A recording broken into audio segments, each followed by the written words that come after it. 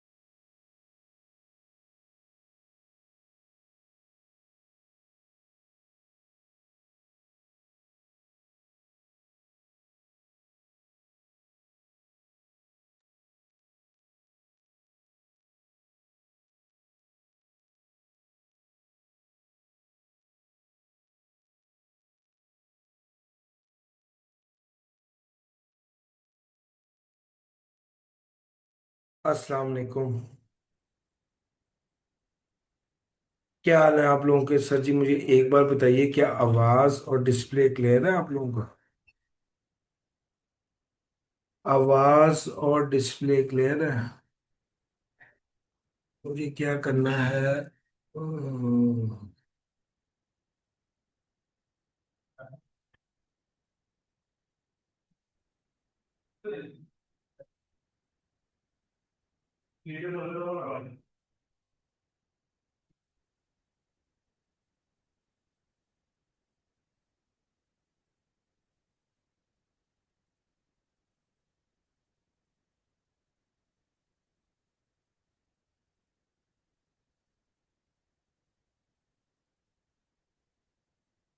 इकबाल भाई, आप वीडियो बंद कर दी, अच्छा किया आपने वीडियो बंद कर दी।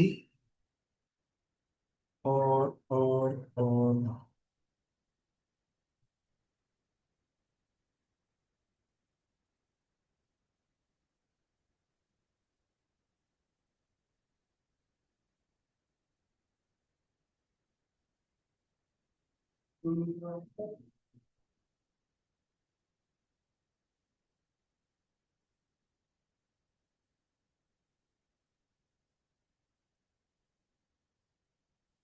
जी।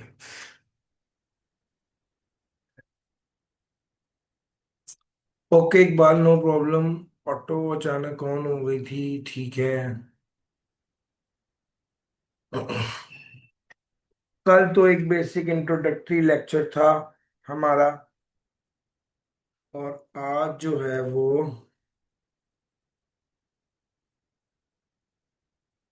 हम अपना चैप्टर नंबर 1 शुरू करेंगे।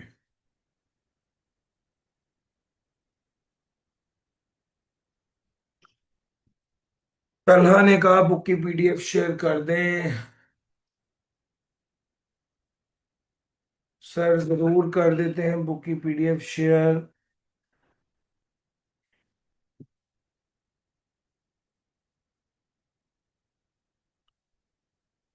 बुक की पीडीएफ मैंने जनरली बहुत सी जगहों पर शेयर की हुई है, अगर आप तक नहीं पहुंची, आप मुझे एक व्हाट्सएप कर दीजिए, मैं आपको बुक की पीडीएफ शेयर कर देता हूँ, इसमें क्या दिक्कत है?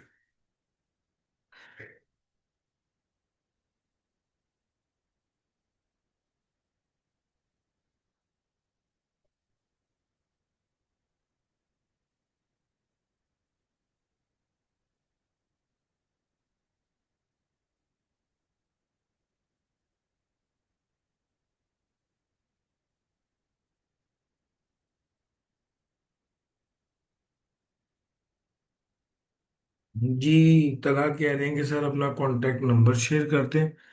मैंने वैसे कल आप लोगों के साथ अपना कांटेक्ट नंबर शेयर कर दिया था, बता आज भी कर देता हूँ, कोई दिक्कत नहीं है।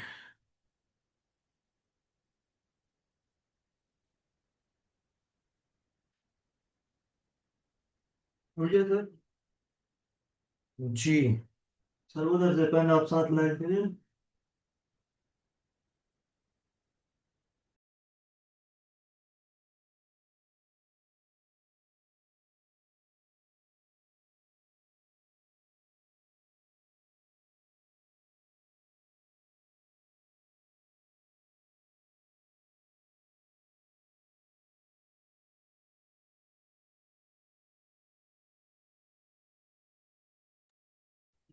नहीं सर, शुरू करें अपना आज का काम।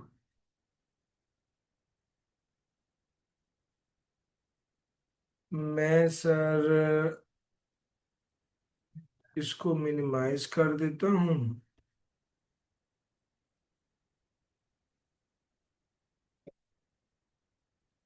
तलहा,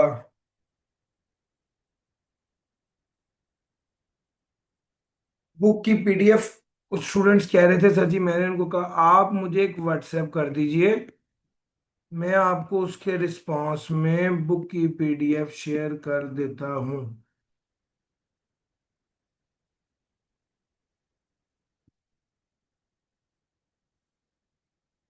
ये मेरा कांटेक्ट इन्फॉर्मेशन है, ये मेरा पर्सनल नंबर है, इसको आप सेव कर लेंगे, तो जो मजीद अपडेट्स हैं वो भी आप मेरे स्टेटस पे देख सकेंगे। शुरू करना है हमने चैप्टर नंबर 1, डाटा। एक बार मुझे फीडबैक दे दीजिए आप सब लोग, क्या हम शुरू करें यस तो वाई लिख दीजिए, नो तो एन लिख दीजिए जल्दी से।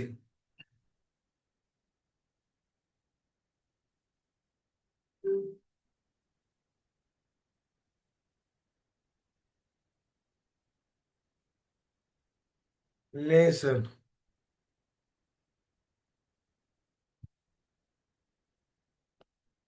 सिर्फ वाई नजर आया है, एन नहीं एक भी नजर आया, जिसका मतलब है कि शुरू करते हैं। बिस्मिल्लाहिर्रहमानिर्रहीम। सर जी चैप्टर नंबर 1 डेटा से मुतल्लिक है।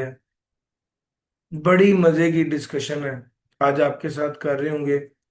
आपने बड़ी तवज्जो से पहले सुननी है और स्टेप बाय स्टेप जहां पर प्रॉब्लम आए मुझे आपने बता देना है। बिस्मिल्लाहिर्रहमानिर्रहीम। सर डेटा क्या है? Sir data is all about raw facts and figures.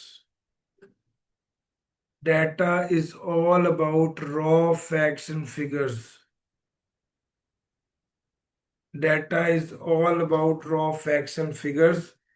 In raw facts and figures से आपने इंफॉर्मेशन एक्सट्रैक्ट करनी होती है, और उस इंफॉर्मेशन को एक्सट्रैक्ट करने के बाद आप इस फैक्ट एंड फिगर से इंफॉर्मेशन को एक्सट्रैक्ट करते हैं, और एक्सट्रैक्ट करने के बाद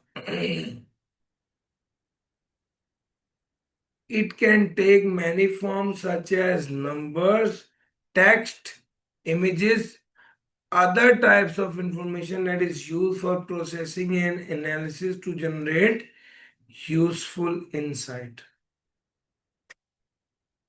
ये बहुत सी फॉर्म्स में हो सकता है data.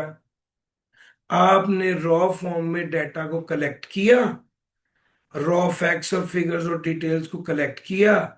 It can take many forms, ये नंबर में भी हो सकता है, टेक्स्ट फॉर्म में भी हो सकता है। अल्टीमेटली आपने डाटा को कलेक्ट करके हासिल क्या करना है?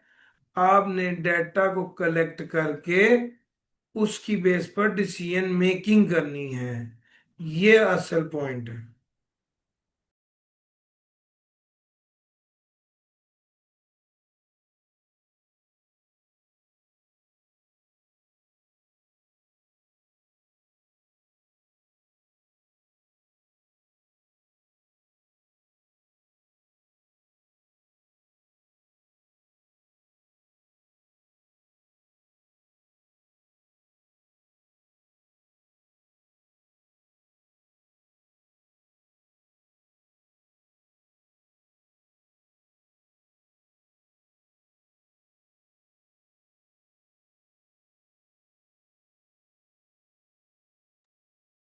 जी। अच्छा, अब इसमें डेटा रेफर कर रहा है raw facts and figures and details collected from observation, measurements and research. दरमियान में कुछ देर के लिए अब वॉइस स्लो हो गई थी, माइक बंद हो गया था। जी बेसिकली एक प्रॉब्लम आ गई थी, लेकिन वो मैंने उसको सॉर्ट कर लिया। अभी तो हर चीज ठीक है, जरा ध्यान से सुनिएगा। एक एग्जांपल पिच करने लगा हूं, ये एग्जांपल ध्यान से समझेंगे आपको बात समझ आ जाएगी। सबसे पहली बात ये है कि डेटा रॉ फैक्ट्स। मैंने आप लोगों को कहा, मैंने आप लोगों के साथ एक शीट शेयर की, और मैंने कहा बच्चों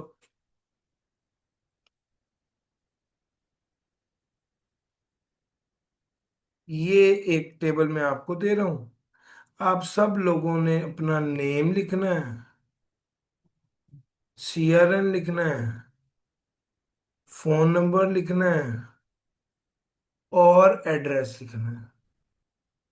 ये शीट मैंने आप लोगों की दी, हर बच्चे ने अपना name, address, phone number, CRN सारी चीजें मेंशन कर दी। ठीक हो गया? नेम, सीआरएन, फोन नंबर और एड्रेस, ये सारी चीजें मेंशन कर दी सर। मेरे पास जब ये लिस्ट आई जब मेरे हाथ में ये लिस्ट आई तो इसको मैं डाटा कहूंगा। बाद में मैंने ये देखा कि मेरे पास कितने स्टूडेंट हैं जिनके नाम अली, जिनके नामों में अली आ रहा है। लेट्स से वे 8 स्टूडेंट्स थे।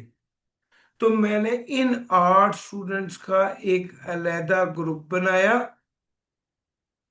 और इनको कहा कि जनाब देखो, तुम्हारा नाम भी अली है और मेरा नाम भी अली है। लेट्स से मैंने इस डेटा को प्रोसेस किया और उससे इंफॉर्मेशन एक्सट्रैक्ट की।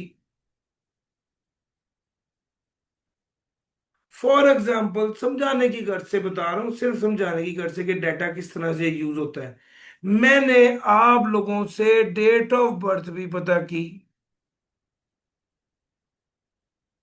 और आप लोगों ने डेट ऑफ बर्थ मुझे बताई।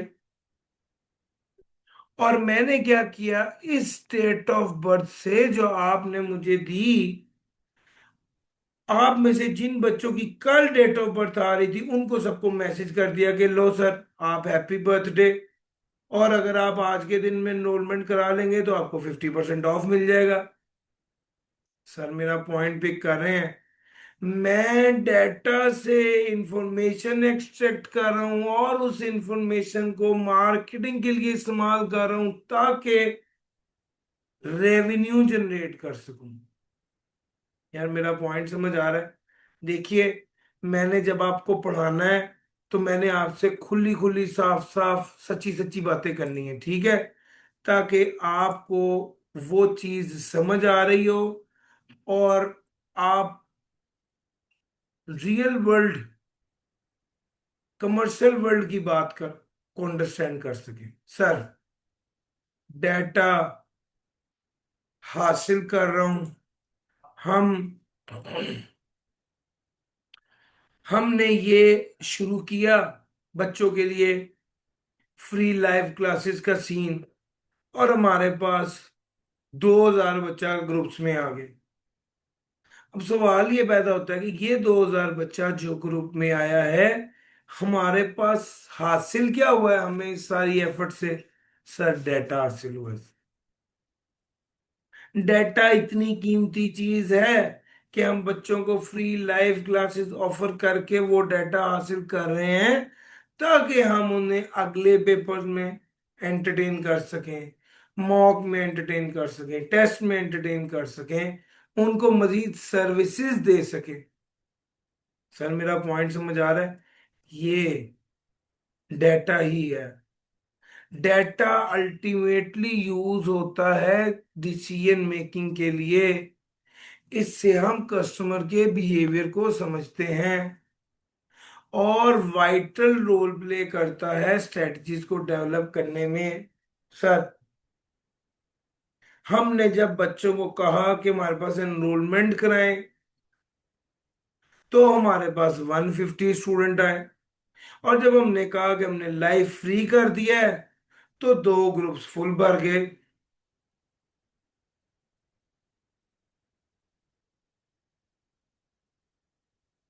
2 ग्रुप्स फुल भर गए। अब एक चीज तो अंडरस्टैंड कर रहे हैं कस्टमर का बिहेवियर, कि customer free of cost classes लेने में ज्यादा इंटरेस्टेड है और फी पे करने में ज्यादा इंटरेस्टेड नहीं है। अब जब हम स्ट्रेटजी बनाएंगे तो ऐसी बनाएंगे जिसमें कुछ ना कुछ आप लोगों के लिए फ्री या सब्सिडाइज्ड हो, जिससे आप फायदा उठा सकें। तो भाई, डाटा रॉ फैक्ट है, ऑब्जर्वेशन, मेजरमेंट और रिसर्च से कलेक्ट किए। इस डाटा को प्रोसेस करते हैं तो ये इंफॉर्मेशन बनती है। इंफॉर्मेशन की बेस पर हम इंसाइट हासिल करते हैं और अल्टीमेटली उस इंसाइट की बेस पर डिसीजन मेकिंग करते हैं। आप डाटा की बेस पर कस्टमर बिहेवियर अंडरस्टैंड करते हैं। आपने देखा कि ऑनलाइन स्टूडेंट का रुझान कितना है। सर, डाटा की बेस पर हमने ये असेस और गेज किया। सर जी, ये जितनी भी बात डाटा से मुतल्लिक मैंने की, अगर आपको अच्छे से समझ आया तो यस कीजिए। अभी अभी इस चैप्टर में 8-10 रियल लाइफ एग्जांपल्स देनी है मैंने आपको। डाटा, इंशाल्लाह डाटा की बेस आपके टिप्स पे होगी। मगर अभी फॉर द टाइम बिंग मैं चाहता हूँ, अगर आपको समझ आ गई तो वाई लिखिए, नहीं समझ आई तो नहीं समझ आई तो एन लिख दीजिए, ताकि मैं आगे चलूं। अभी तो बिल्कुल बेस बनाइए।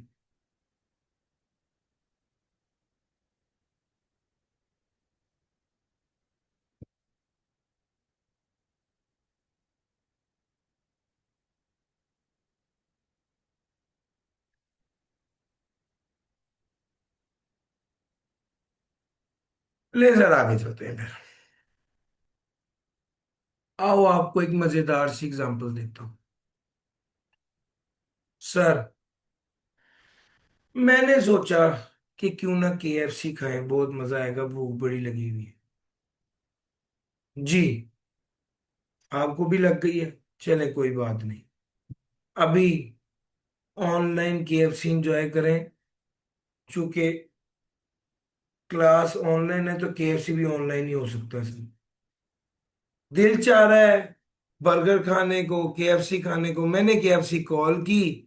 कॉल करके ऑपरेटर ने बात की। ऑपरेटर ने मुझे बात करते हुए पहले कहा, अस्सलाम वालेकुम सर अली, क्या हाल है। मैं बड़ा हैरान, मैंने कहा यार इनको कैसे पता चल गया मेरा। अभी मैं यही बात सोच रहा था तो इतने मैंने कहा सर आप क्या ऑर्डर करना चाहेंगे। मैंने कहा जी 2 जिंगरीटा अलोंग विद 1/2 लीटर ड्रिंक जो है वो ऑर्डर करना चाहता हूँ। तो फौरन ऑपरेटर ने कहा सर आप अपने बच्चों के लिए 2 आइसक्रीम्स ऑर्डर नहीं करेंगे करेंगे। मैंने कहा यार इनके पास तो कोई गैबी इल्म है, इनको क्या पता। पहले तो मैं बता ही नहीं रहा था कि मैं मैरिड हूँ।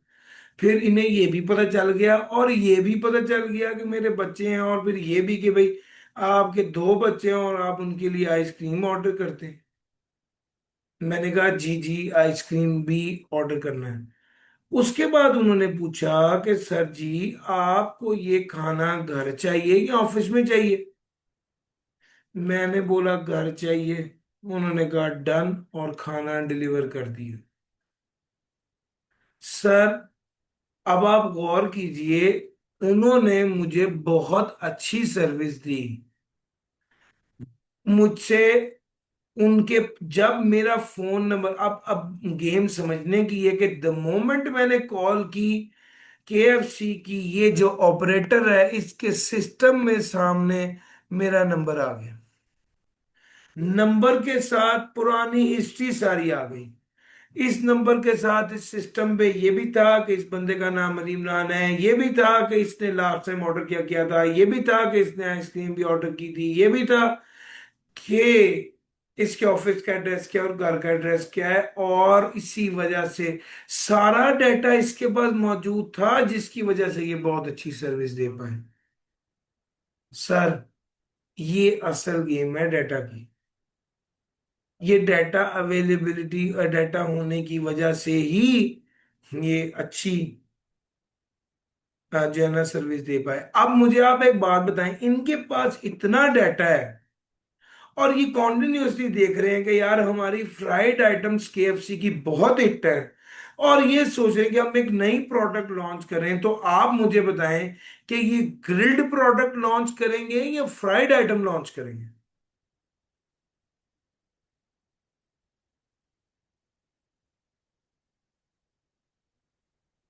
जी सर। क्लास चल रही है। Sorry sir. सर जी, अब देखिए इनके पास कस्टमर्स के डाटा मौजूद है, ऑर्डर का पैटर्न मौजूद है। इसी बेस पर ये डिसाइड कर पाएंगे ना कि हमें कौन सी आइटम लॉन्च करनी चाहिए। यही तो बात मैंने आपको यहां पर भी बताई है। कस्टमर के बिहेवियर को अंडरस्टैंड करने में मदद मिलती है, स्ट्रेटजीज डेवलप करने में मदद मिलती है। सर जी मेरा पॉइंट समझ रहे हैं, ये है डाटा।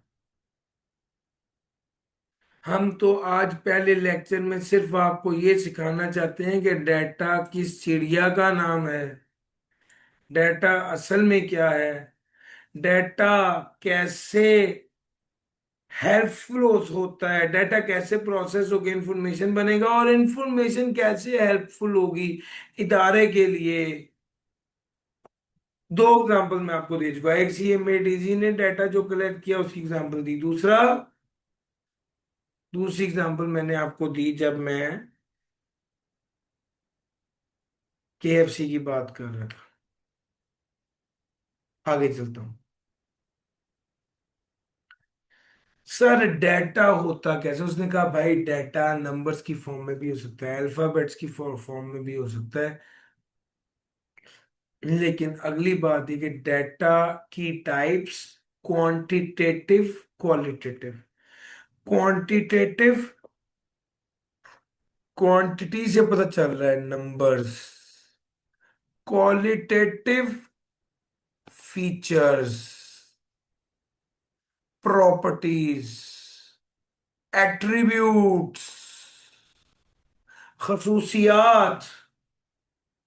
सर जब मैं क्वांटिटेटिव की बात करता हूं तो मैं कहता हूं ये डिस्क्रीट भी होगा, ये क्वांटिटेटिव डाटा है, ये डिस्क्रीट भी हो सकता है और कॉन्टिन्यूस भी हो सकता है। और जो क्वालिटेटिव है ये ऑर्डिनल है और नॉमिनल है। अब सर डिस्क्रीट का क्या मतलब होता है? डिस्क्रीट का आसान अल्फाज में मतलब है होल नंबर। डिस्क्रीट का क्या मतलब है? Whole number. डिस्क्रीट का स्टूडेंट इन अ क्लास, ये 1.25 नहीं हो सकते सर। या 1 होंगे या 2 होंगे या 3 होंगे या 4 होंगे या 0 होगा। यस, ये डिस्क्रीट होता है। कॉन्टिन्यूस का मतलब होता है जो जारी है। सर वेट, हाइट,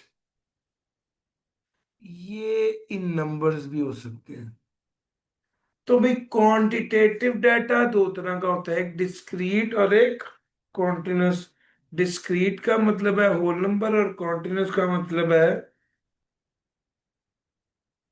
डिस्क्रीट का मतलब है होल नंबर और कॉन्टिन्यूस का मतलब है कि भाई ये डाटा डेसिमल में भी हो सकता है। और अगर टाइप्स ऑफ डाटा की बात करूं तो एक क्वालिटेटिव डाटा, एक क्वांटिटेटिव डाटा। जब क्वालिटेटिव डाटा की बात करूं तो उसमें वो फीचर्स और एट्रीब्यूट की बात करता है, जिसमें वो कहता है एक ऑर्डिनल डाटा है और एक नॉमिनल डाटा है। ऑर्डिनल का लफ्ज ऑर्डर से निकला है, इसका मतलब है तरतीब, पैटर्न। नॉमिनल डाटा जिसमें कोई तरतीब ना हो। सर अक्सर आपने देखा होगा कि आप किसी रेस्टोरेंट में जाते हैं, किसी जगह पर जाते हैं, वो आपसे फीडबैक मांगते हैं और नीचे उन्होंने ऐसे स्माइली बनाए होते हैं कि गुड, न्यूट्रल और बैड। ये एक तरतीब में डाटा आपसे मांग रहा है, इसकी एक तरतीब है, इसको कहते हैं ऑर्डिनल डाटा, इसमें ऑर्डर होता है। दूसरे नंबर पे ऑर्डिनल डाटा में ऑर्डर होता है।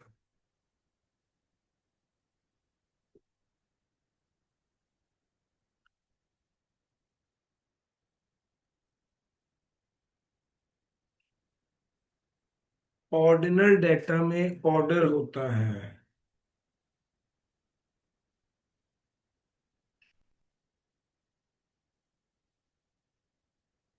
वो आपसे पूछता है आप अपने स्कूल बताएं, अपना कॉलेज बताएं, अपनी यूनिवर्सिटी बताएं तो सारे एक यूनिवर्सिटी बताएं तो सारे एक तरतीब से चल रहा है ना। ये ऑर्डिनल है। नॉमिनल के अंदर कोई ऐसी बात नहीं थी, वो जेंडर बताएं मेल या फीमेल, ब्लड ग्रुप बताएं। सर इसमें कोई ऐसी बात है ही नहीं। नॉमिनल में कोई तरतीब नहीं है, कोई सीक्वेंस नहीं है, कोई ऑर्डर नहीं है, ऑर्डिनल में है। तो भाई एक क्वांटिटेटिव डाटा है और एक क्वालिटेटिव डाटा।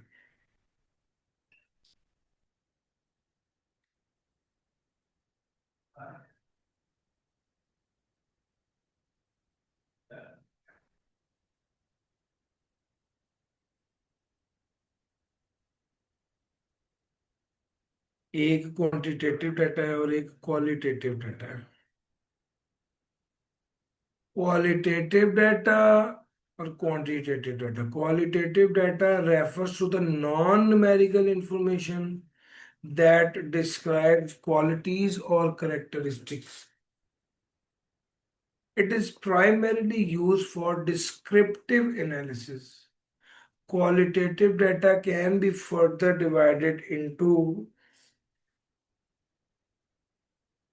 nominal data और ordinal data.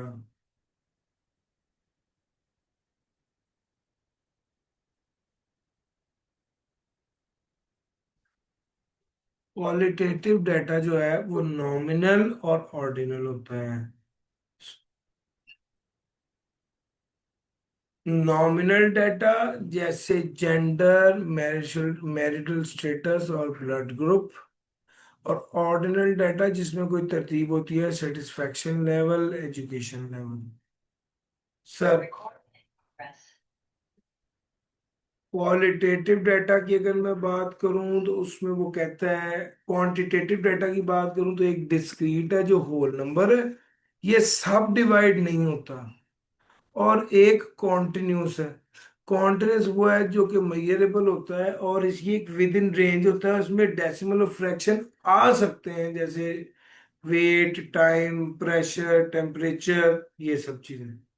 Sir, quantitative data और क्वालिटेटिव डाटा, जल्दी से एक बार बता दीजिए, क्या अच्छे से समझ आ गया?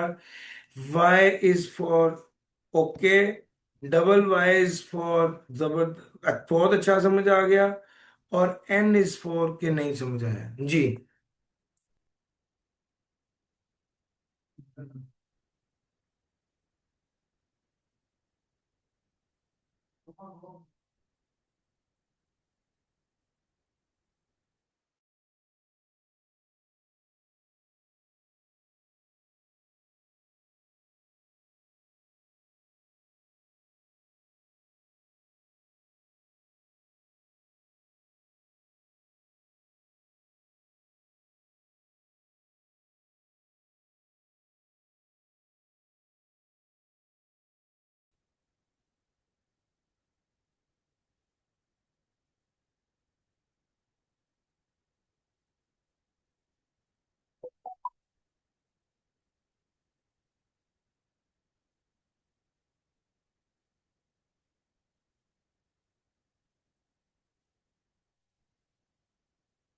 सर जी, शॉर्ट में बुक शेयर कर दें, ये ले सर।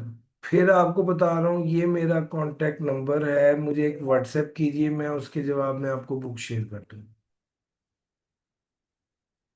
मुझे एक व्हाट्सएप कर दीजिए, मैं आपको बुक सॉफ्ट में शेयर कर देता हूँ।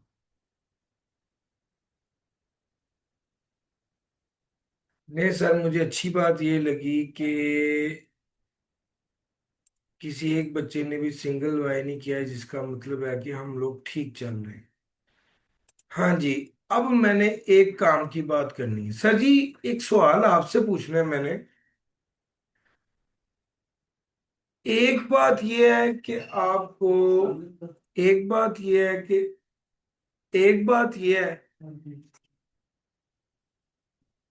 एक बात यह है कि आपको अच्छी समझ आई।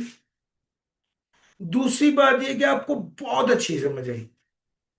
अब सवाल ये कि अच्छी और बहुत अच्छी में कितना डिफरेंस है। अब आप लोगों ने सबने मुझे डबल वाई दिया, इसका मतलब ये आपको बहुत अच्छी समझ आई, लेकिन मेरा सवाल ये कि अच्छी और बहुत अच्छी में कितना डिफरेंस, और क्या आप इसको डिफाइन कर सकते हो?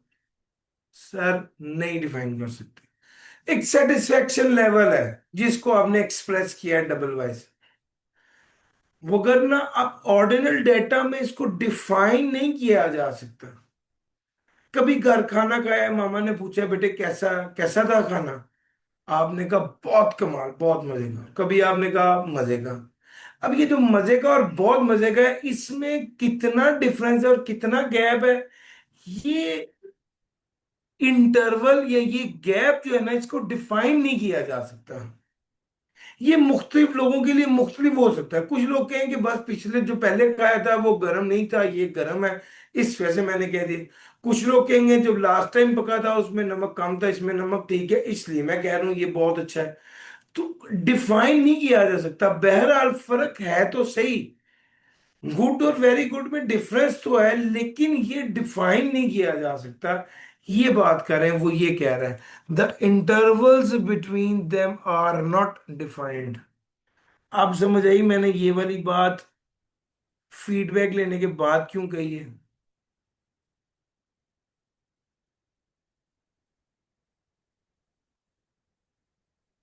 लो सर जी, हमने ये वाला topic, types of data, types of data वाला जो टॉपिक है, ये मैंने करवा दिया है।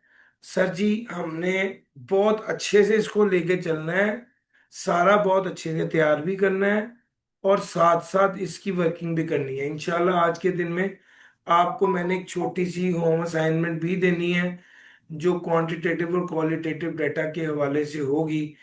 वो आपने ज़रूर करनी है। बस मैं अभी फिल वक्त एक दो एमसीक्यूज आपके सामने रखता हूँ, ज़रा वो आपने मुझे बताने हैं।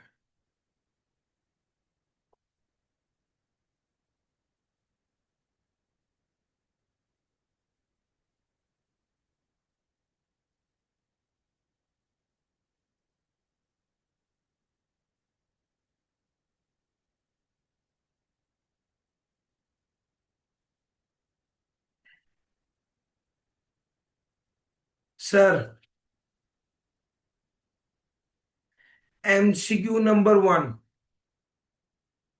which of the following best describes qualitative data? Numerical data, non-numerical data that describe characteristics, data properly organized in rows and columns, data collected from external sources। जी, ऑप्शन आपने बतानी।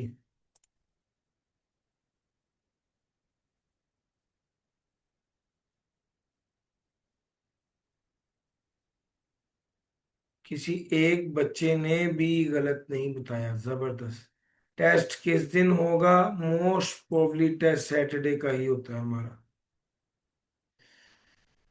सर, विच ऑफ द, अच्छा जी ये बात आपने ठीक बता दी, जबरदस्त। Non numerical data that describe characteristics is qualitative data.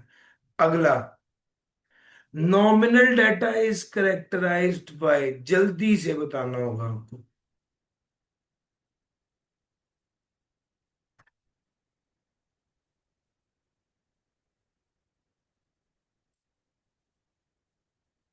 Nominal data,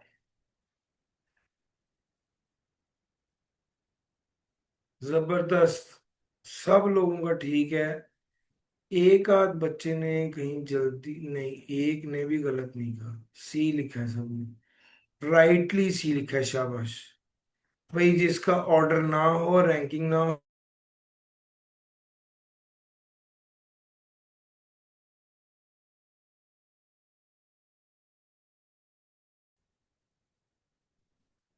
Which of the following is an example of ordinal data? जी, A B C D. Ji,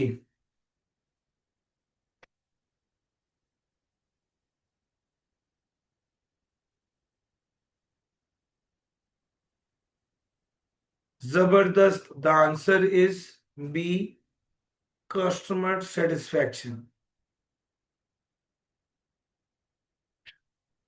MCQ number 4, quantitative data that can take any value within a range is called discrete, nominal, continuous और ordinal। जी,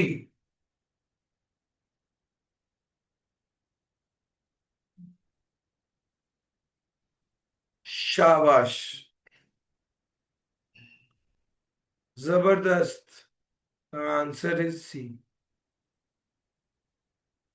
अगला point, which of the following is an example of discrete data? जी, wait, time taken to complete a task, number of employ, height of a building. Ji.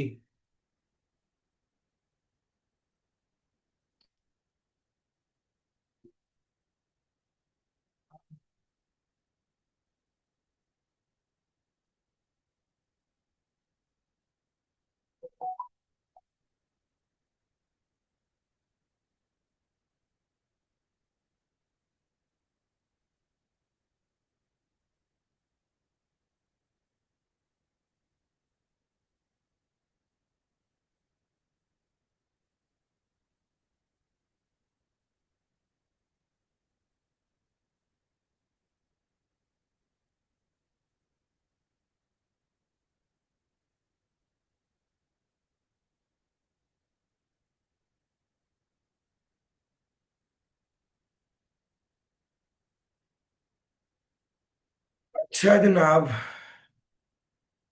Sir ji, discrete data वो होता है जिसमें points नहीं होते। नवीद ने कहा sir ये वाला समझ नहीं आ रहा बेटे, जिसमें पॉइंट्स ना हो। पहली तो बात है, आपने पहले पहचानना है कि क्वालिटेटिव है या क्वांटिटेटिव है। क्वांटिटेटिव में एक डिस्क्रीट है जिसमें पॉइंट्स नहीं होते। नंबर ऑफ एम्प्लॉय 1.5 नहीं हो सकते, लेकिन time taken to complete a task, weight या हाइट ये 1.5 हो सकता है। नवीद, आपने कहा नहीं समझ आया, मुझे बताइए एक बार। ओके, चलें आगे।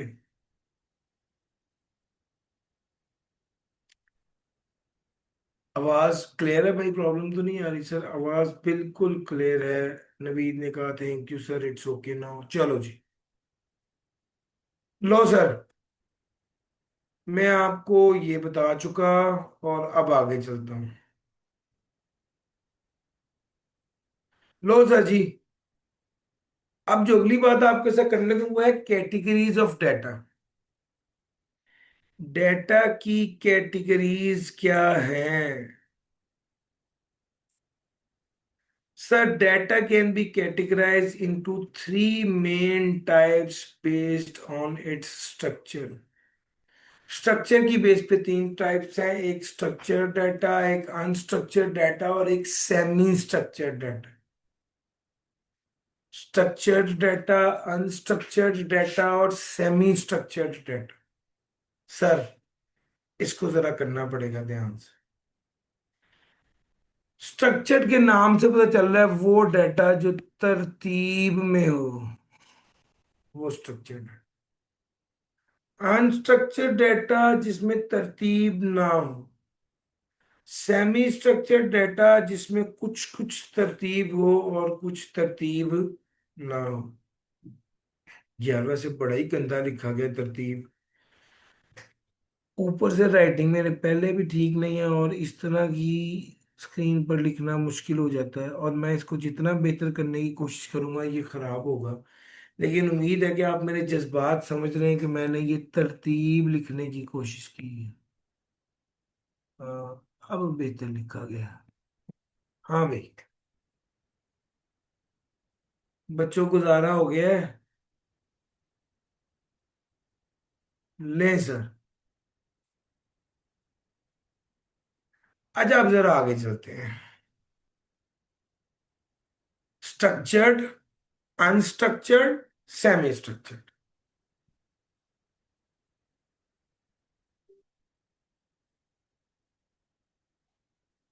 Structured data refers to the information that is organize in a, मैं ना इसको समझाने के लिए एक सिंपल सी एक्टिविटी है छोटी सी, वो क्लास में कराता हूँ। सर जी अपना मोबाइल निकाल लीजिए और मोबाइल के अंदर एक बार ये कॉन्टेक्स्ट निकाल लीजिए, कॉन्टेक्स्ट।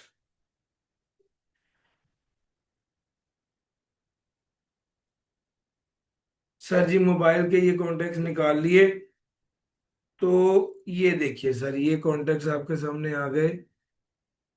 और अगर आप कॉन्टेक्ट देखेंगे तो सर बड़ी मजे की बात है कि ये एक तरतीब है। मैंने ना सर बैकग्राउंड ब्लर किया हुआ है। एक मिनट ठहरे, मैं ना आपको एक चीज दिखाना चाहता हूँ। वो चीज क्या है? वो चीज है,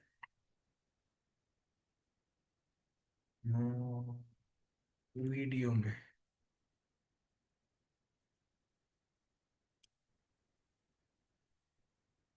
जी सर, अब देखिएगा सर जी, ये आपके सामने क्या आ गए जी, कॉन्टेक्ट्स आ गए। कितने कॉन्टेक्ट्स हैं? 12256, 12,256 बच्चों के कॉन्टेक्ट्स। ठीक हो गया। ये तरतीब देखना, तरतीब चल रही है, ये प्रॉपर तरतीब से सारे कॉन्टेक्ट सेव हैं। सर इसको कहा जाता है स्ट्रक्चर्ड डाटा। स्ट्रक्चर्ड डाटा जो तरतीब में होते हैं। अब आओ जरा मेरे साथ और मैं आपको दिखाता हूं। ये देखो सर, ये एक व्हाट्सएप चैट है, पता नहीं कौन सा ग्रुप है, मैं जो बात समझाना चाह रहा हूं मेरा उस पर गौर है। ये देखो, वीडियो भी शेयर हो रही है, पिक्चर भी शेयर।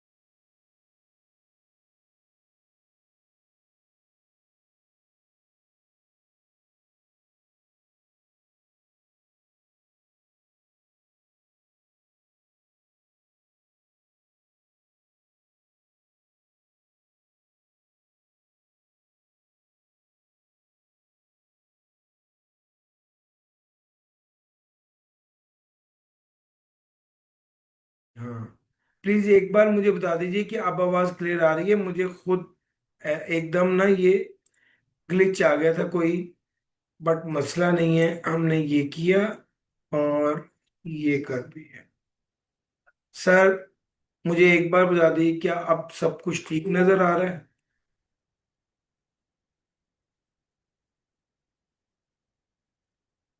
हाँ जी, ये सब कुछ ठीक है। चलें सर, कुछ नहीं हुआ, हमारा ज्यादा टाइम नहीं वेस्ट हुआ, शुक्र है हम वापस आ गए। मैंने सर आपको स्ट्रक्चर्ड और अनस्ट्रक्चर्ड जो है ना वो दिखाया था, अपने मोबाइल में स्क्रॉल करके आपको कॉन्टेक्ट्स दिखाया कि देखा किस तरतीब में सेव है।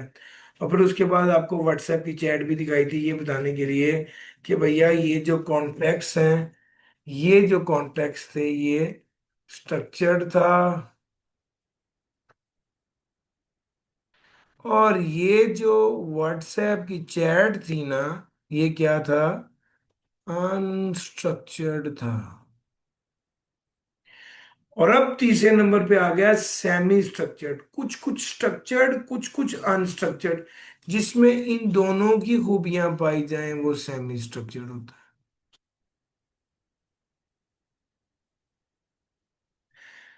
स्ट्रक्चर्ड डाटा से आपके जहन में ये आया कि जो डाटा रोज और कॉलम्स की फॉर्म में होता है, प्री डिफाइंड, बड़ी कीमती बात है, प्री डिफाइंड फॉर्मेट। अच्छा, अभी आपने मोबाइल में कॉन्टेक्ट्स देखे, अपने मोबाइल को भी जरा खोल के कॉन्टेक्ट्स देखेंगे तो आपको पता चलेगा कि भाई ये सारा डाटा स्ट्रक्चर्ड है, तरतीब में सेव है।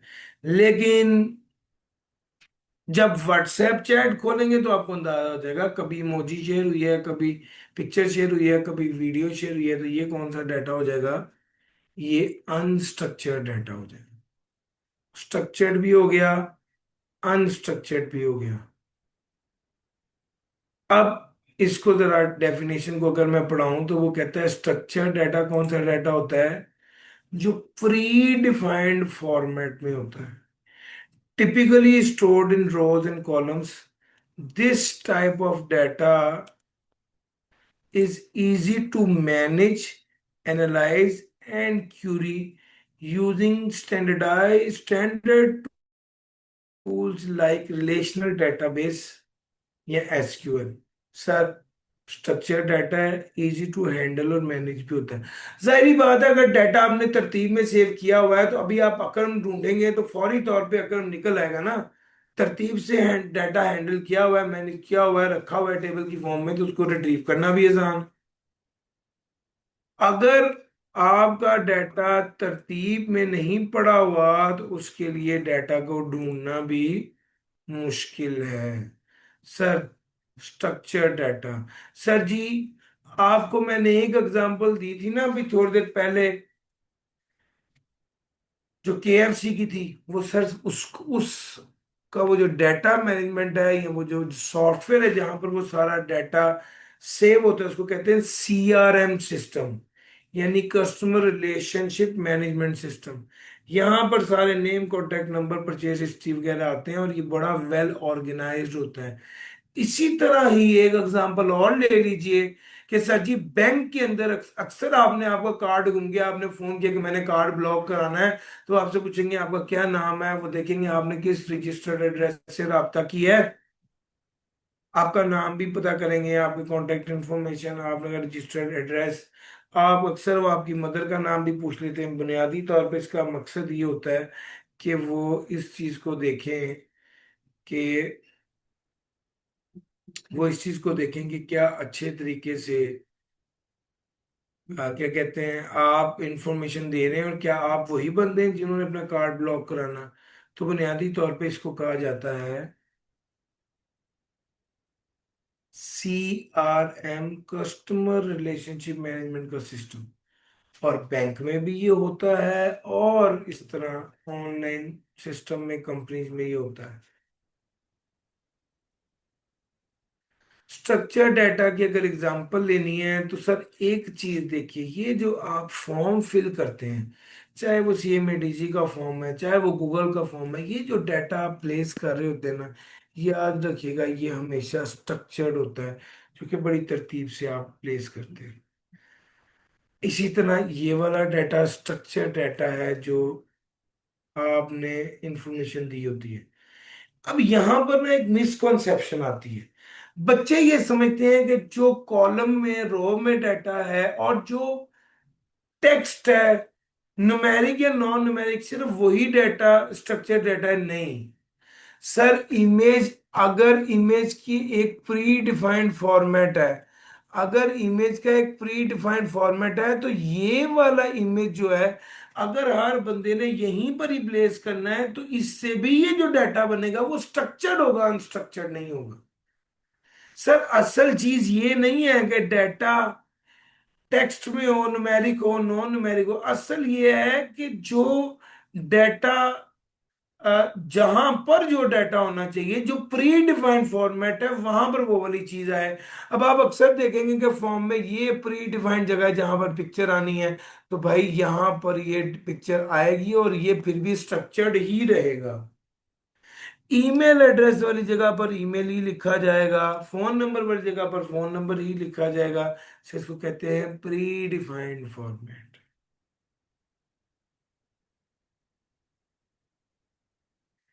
सर एक बार मुझे आपने फीडबैक देना है, प्री डिफाइंड फॉर्मेट अच्छे से समझ आया है सिंगल बाय, और अगर बहुत अच्छा समझ आया है तो डबल बाय।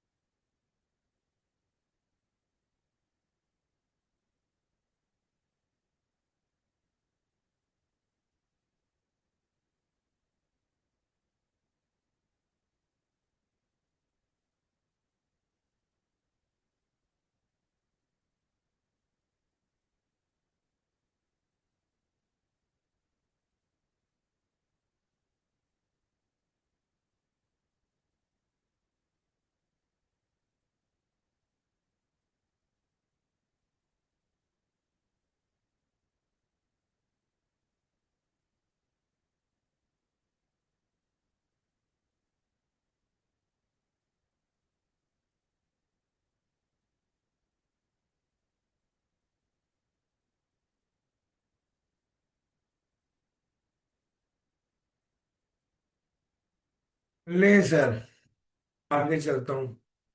और अब बात आ रही है हमारी अगली, और वो है अनस्ट्रक्चर्ड डाटा। अनस्ट्रक्चर्ड डाटा एक ऐसा डाटा है जिसका कहीं प्री डिफाइंड फॉर्मेट नहीं होता। सर आप फेसबुक पर जब पोस्ट करने लगते हैं, चाहे तो तस्वीर डाल दें, चाहे तो वीडियो डाल दें, चाहे तो टेक्स्ट लिख दें, चाहे तो शायरी लिख दें, चाहे तो इमोजी डाल दें, चाहे तो कोई लिंक दे दें। सर ये सारा कुछ, सारी ऑप्शंस आपके पास हैं। इसलिए ये डाटा अनस्ट्रक्चर्ड डाटा है, चूंकि उसका कोई प्री डिफाइंड फॉर्मेट नहीं है। अनस्ट्रक्चर्ड डाटा का कोई प्री डिफाइंड स्ट्रक्चर या फॉर्मेट नहीं है, making it challenging to process and analyze. It include information in the text, image, video and audio.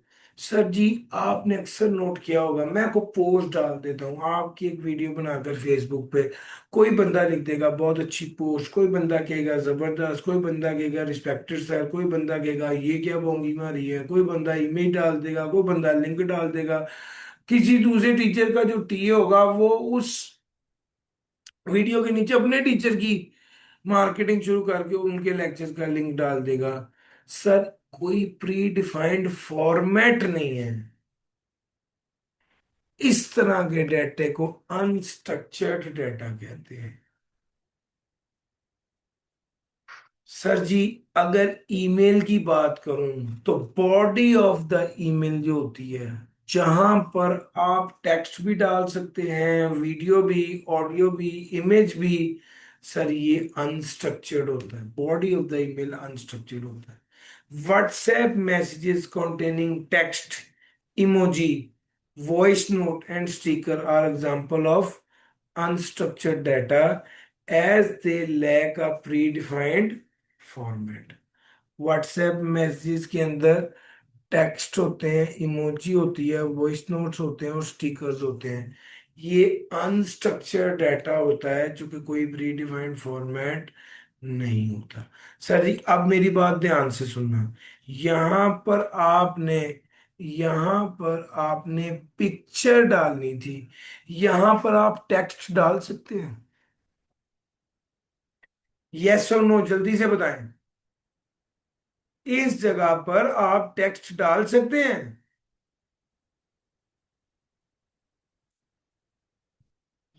इसका मतलब है कि ये प्री डिफाइंड फॉर्मेट है। शाबाश। इसका मतलब है कि ये प्री डिफाइंड फॉर्मेट है। तो प्री डिफाइंड फॉर्मेट का पता चला, प्री पहले डिफाइंड मुख्तस किया जा चुका है फॉर्मेट। यहां पर तस्वीर नहीं आनी, यहां पे टेक्स्ट नहीं आना, और जहां पे टेक्स्ट है ना वहां पे तस्वीर नहीं आनी। इसी को प्री डिफाइंड फॉर्मेट कहते हैं। स्ट्रक्चर्ड और अनस्ट्रक्चर्ड में सबसे मेजर फर्क ही प्री डिफाइंड फॉर्मेट का है।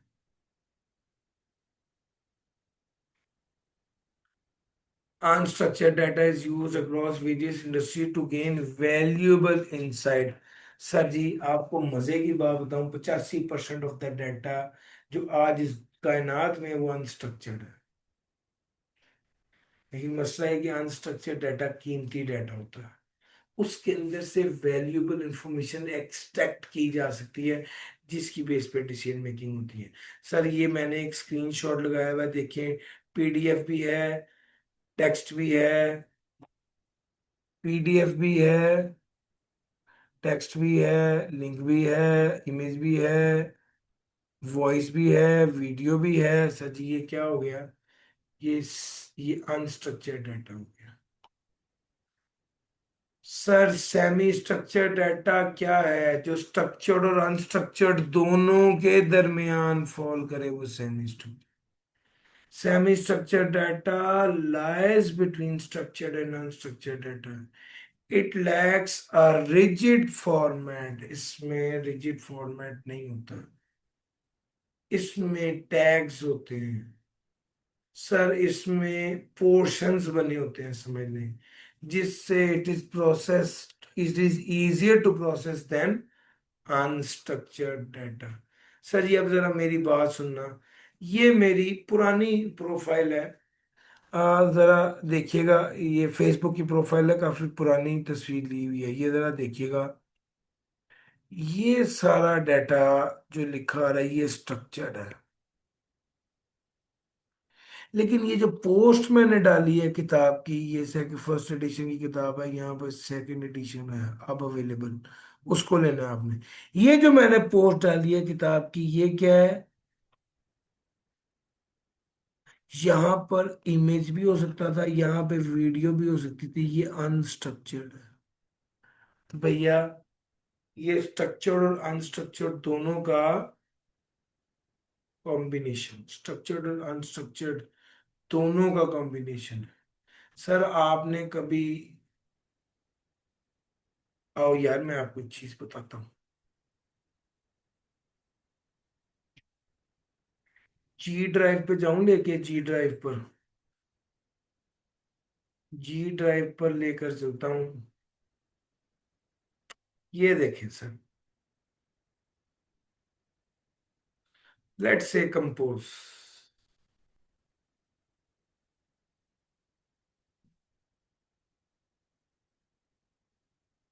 सर जी ये जरा देखिएगा, मैं आपको पढ़ाते पढ़ाते चीजें खोल दूं।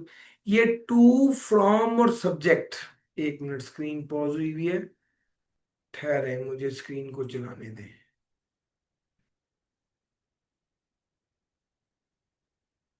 जी सामने ये सर मैंने जीमेल खोला हुआ है सर।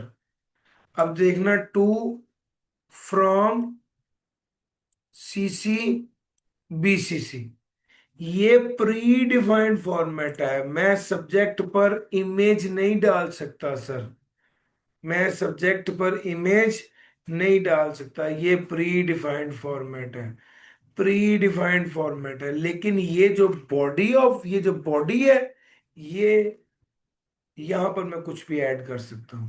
तो भाई सब्जेक्ट लिखूं, यहां पर जरा एक चीज जो समझाना चाह रहा हूं वो ये है कि भाई टू लिखूं, लेट से अली, मोहम्मद अली को कर देते हैं, लेट्स सीसी किसको कर देते हैं, ये लेट से आतिफ आबदी को कर देते हैं। बीसीसी किसको कर देते हैं, लेट से ये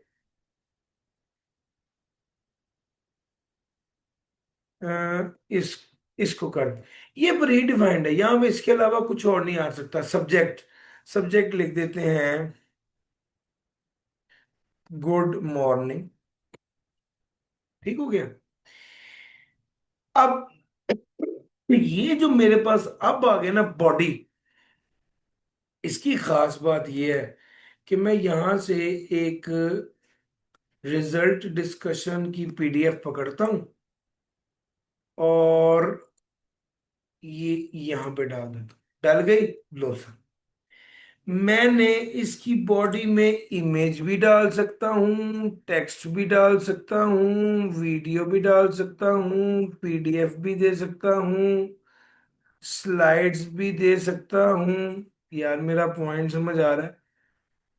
इसका मतलब है ये जो बॉडी हो गई, ये जो बॉडी है इसकी, ओवरऑल ईमेल सेमी स्ट्रक्चर्ड है, क्योंकि फ्रॉम टू सीसी पीसीसी और सब्जेक्ट, इस ये प्री डिफाइंड फॉर्मेट था। लेकिन इसकी जो बॉडी है जहां पर मैंने लिखना है, ये प्री डिफाइंड नहीं है, तो ये क्या हो गया, ये प्री डिफाइंड नहीं है तो ये क्या हो गया, ये हो गया आपका, ये प्री डिफाइंड नहीं है तो ये आपका हो गया अनस्ट्रक्चर्ड। और ओवरऑल जीमेल क्या हो गई, सेमी स्ट्रक्चर्ड। सर जी मैंने आपको करके बताया है, मैंने आपको करके बताया है। सर प्लीज मुझे जरा बताएं अगर समझ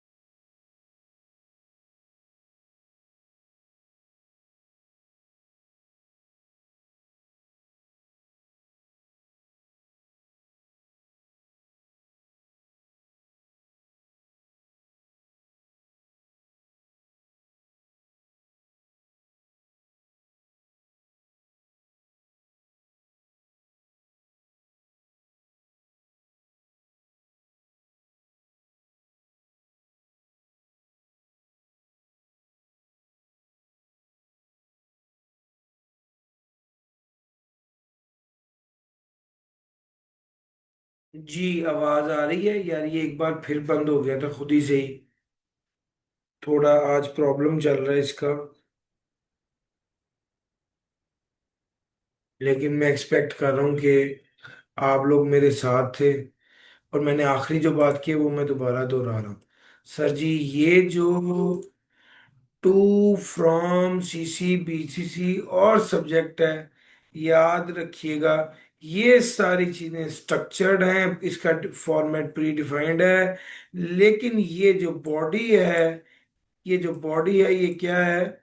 ये अनस्ट्रक्चर्ड है। यहाँ पर आप ड्रॉप कर दें, पीडीएफ ड्रॉप कर दें, इमेज ड्रॉप कर दें, वीडियो ड्रॉप कर दें, पीडीएफ कर दें, स्लाइड कर दें, टेक्स्ट कर दें, जो भी ड्रॉप करेंगे वो इसको इनकॉर्पोरेट कर लेगा। सर जी, ये हमारा अनस्ट्रक्चर्ड एरिया है। और ओवरऑल अगर बात की जाए तो जीमेल जो है वो सेमी स्ट्रक्चर्ड है। भाई आ रही है आवाज क्लियर?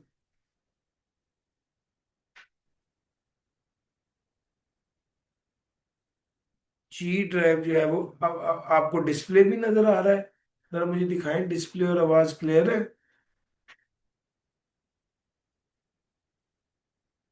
डिस्प्ले नहीं नजर? अभी तरह अरे आप कुछ और खोल लेते हैं ना, इसलिए आपको पता ही नहीं चला।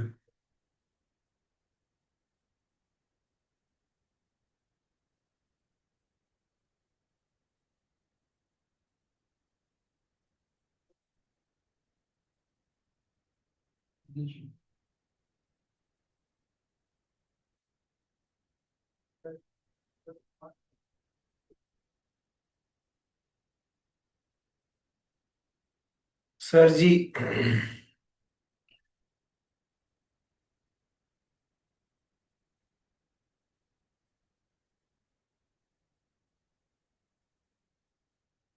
डिस्प्ले नहीं है अब हो गया।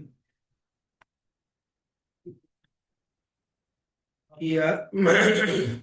मुझे सिर्फ एक बार बता दें, सेमी स्ट्रक्चर्ड समझ आ गया, आगे चलूं या एक बार दोबारा बताऊं?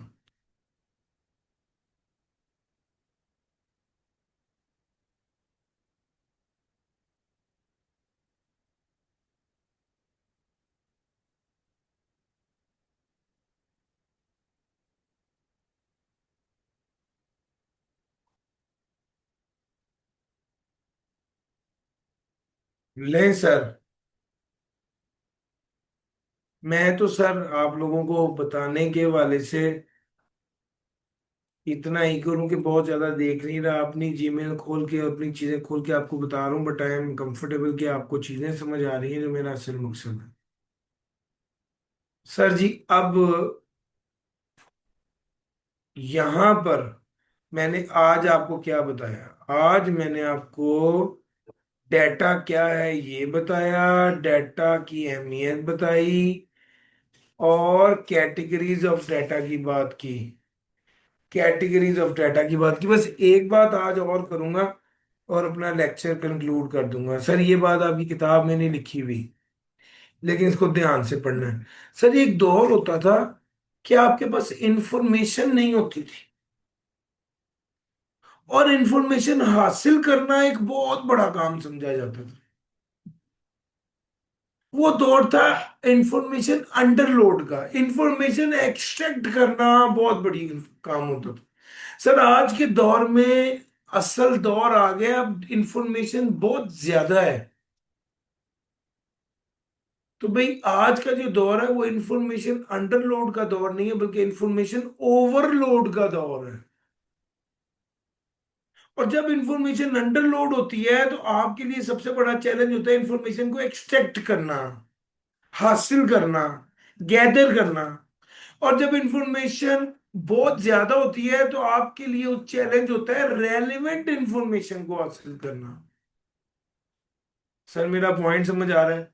सर आज का दौर आज का दौर इंफॉर्मेशन ओवरलोड का दौर है, जिसमें असल जिसमें असल चीज क्या है? इंफॉर्मेशन को हासिल किया जाए, और सिर्फ हासिल नहीं, उसका चैलेंज हासिल करना नहीं है। इंफॉर्मेशन इज देयर, चैलेंज क्या है? चैलेंज है कि आप उसमें से रेलिवेंट काम की बातें एक्सट्रैक्ट करके बेहतर डिसीजन कर सकें। सर, आज का लेक्चर मैं यहाँ पे खत्म करूँ। जिन लोगों को लेक्चर समझ आई वो सिंगल वाई, जिन लोगों को लेक्चर का मजा आया उनको कहना है डबल वाई, और जिन लोगों को आज का लेक्चर अच्छा नहीं लगा वो एन लिख दें।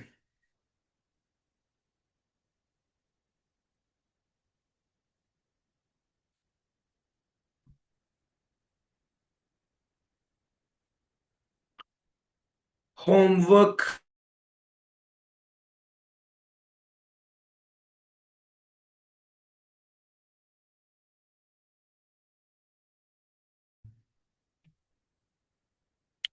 मुझे खुशी है कि सर आप लोगों को, क्योंकि यार मेरा मानना यह है कि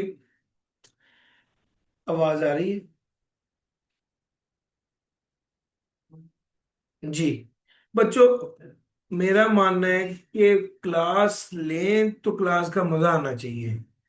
सिर्फ क्लास लें इसलिए कि ये कोई दवाई है जिसको पीना है, उसका मजा नहीं है। क्लास लेने का मजा तो ये है कि आप क्लास को एंजॉय करें, क्लास के बाद आप चार्ज हो, थकावट ना हो चेहरे पे, एनर्जी चेहरे पे हो, तो इसका मतलब है कि आपने क्लास ली है। क्यों सर, आप में से जो लोग थक गए हैं वो यस लिखें, और जो एनर्जी में है अभी भी वो नो लिखें।